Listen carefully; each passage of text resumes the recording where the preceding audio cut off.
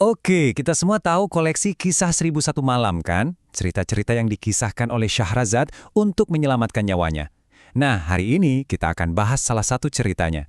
Tapi ini bukan dongeng biasa yang kita sering dengar. Ini adalah kisah yang terus terang aneh dan cukup mengganggu. Tentang hasrat terlarang, pelanggaran, dan sebuah ritual penyembuhan yang sangat-sangat tidak biasa. Inti dari semua ini sebenarnya adalah sebuah rahasia. Jadi, mari kita mulai dengan pertanyaan ini. Rahasia apa sih yang disembunyikan seorang putri di balik tembok istananya? Rahasia yang saking mengejutkannya bisa-bisa menghancurkan seluruh kerajaannya. Oke, kita masuk ke bagian pertama. Di sini kita akan mengungkap rahasia sang putri. Akar masalahnya ada pada hasrat dan pelanggaran yang terjadi justru di dalam istana itu sendiri. Yuk, kita lihat gimana semua ini bermula. Jadi semuanya dimulai dengan cinta terlarang. Sang putri yang cantik jelita ini ternyata jatuh cinta pada seorang budak kulit hitam. Hubungan mereka begitu dalam, begitu erat.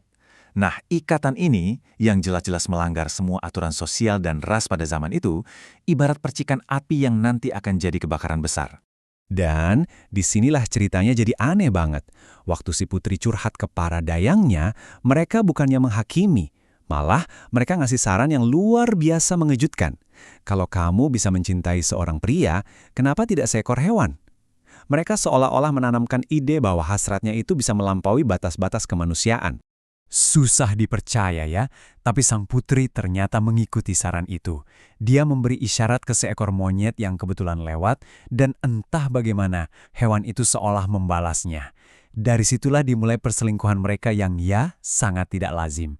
Menurut cerita ini, kamar tidurnya jadi panggung rahasia hasrat mereka, sebuah hubungan yang mengaburkan batas antara manusia dan hewan. Tentu saja, rahasia sebesar ini nggak mungkin bisa disimpan selamanya kan? Nah, di bagian selanjutnya, kita bakal lihat gimana perselingkuhan ini akhirnya terbongkar, memicu kemarahan besar di kerajaan, dan memaksa sang putri untuk kabur demi menyelamatkan nyawanya. Akhirnya, kabar itu sampai juga ke telinga ayahnya, sang raja. Bisa dibayangkan marahnya bukan main. Saking marahnya, dia nggak lagi melihat putrinya sebagai anak, tapi sebagai aib yang harus dihapus dengan darah.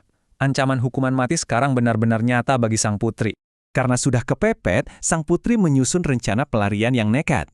Dia menyamar sebagai seorang raja, membuang identitas aslinya supaya bisa kabur. Dan yang paling luar biasa, kekasih hewannya, si monyet, jadi rekan pelariannya. Dia yang bertugas membawa semua hartanya. Mereka akhirnya tiba di sebuah kota terpencil di gurun. Meskipun penyamarannya sebagai raja cukup meyakinkan, tapi kan rasa takut nggak bisa dibohongin. Kegelisahan dan ketakutan batinnya kelihatan jelas.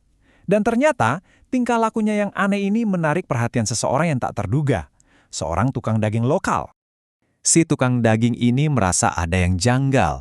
Dia berpikir, kok raja ini gelisah dan ketakutan terus ya? Kayaknya ada yang nggak beres deh. Aku harus cari tahu apa yang sebenarnya terjadi. Rasa penasarannya ini mendorong dia untuk menyelidiki kebenaran di balik penyamaran itu. Nah, dari sini ketegangannya makin meningkat. Penyelidikan si tukang daging ini akan membawanya langsung ke inti rahasia sang putri, yang ujung-ujungnya akan mengarah pada konfrontasi brutal yang jadi penentu segalanya. Dari tempat persembunyiannya, si tukang daging menyaksikan sebuah ritual yang benar-benar di luar nalar. Dia melihat raja ini berbagi makanan dan anggur dengan seekor monyet. Pemandangan itu berubah dari aneh jadi sangat mengejutkan ketika sang putri membuka penyamarannya, telanjang bulat, dan memulai hubungan intim dengan hewan itu.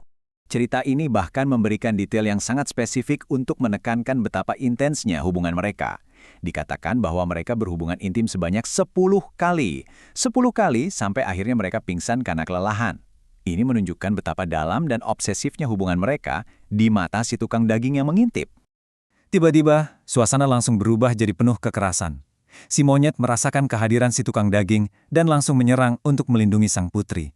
Dalam usahanya membela diri, si tukang daging menggunakan pisaunya dan membunuh hewan itu. Hubungan terlarang itu pun berakhir dengan cara yang brutal. Sang putri terbangun oleh suara kematian kekasihnya. Saat dia melihat apa yang terjadi, dunianya serasa runtuh.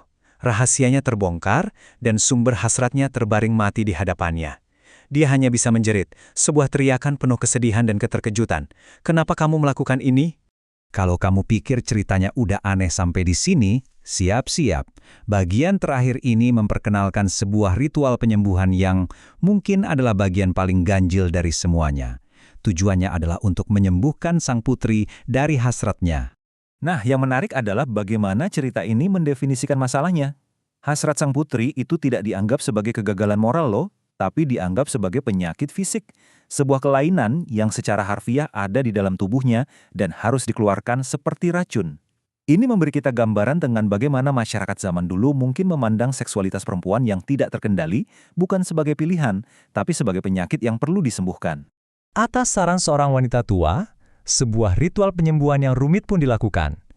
Ini melibatkan uap dari rebusan obat, dan yang paling mengejutkan, tindakan seksual yang dipaksakan. Tujuannya adalah untuk membersihkan tubuh sang putri secara fisik dari penyakit yang diyakini sebagai penyebab hasratnya yang tidak wajar itu. Dan inilah puncak dari ritual penyembuhan itu. Menurut cerita, uap tersebut memaksa keluar dua makhluk seperti cacing dari tubuh sang putri. Satu berwarna hitam yang melambangkan hubungannya dengan si budak, dan satu lagi berwarna kuning yang melambangkan hubungannya dengan si monyet.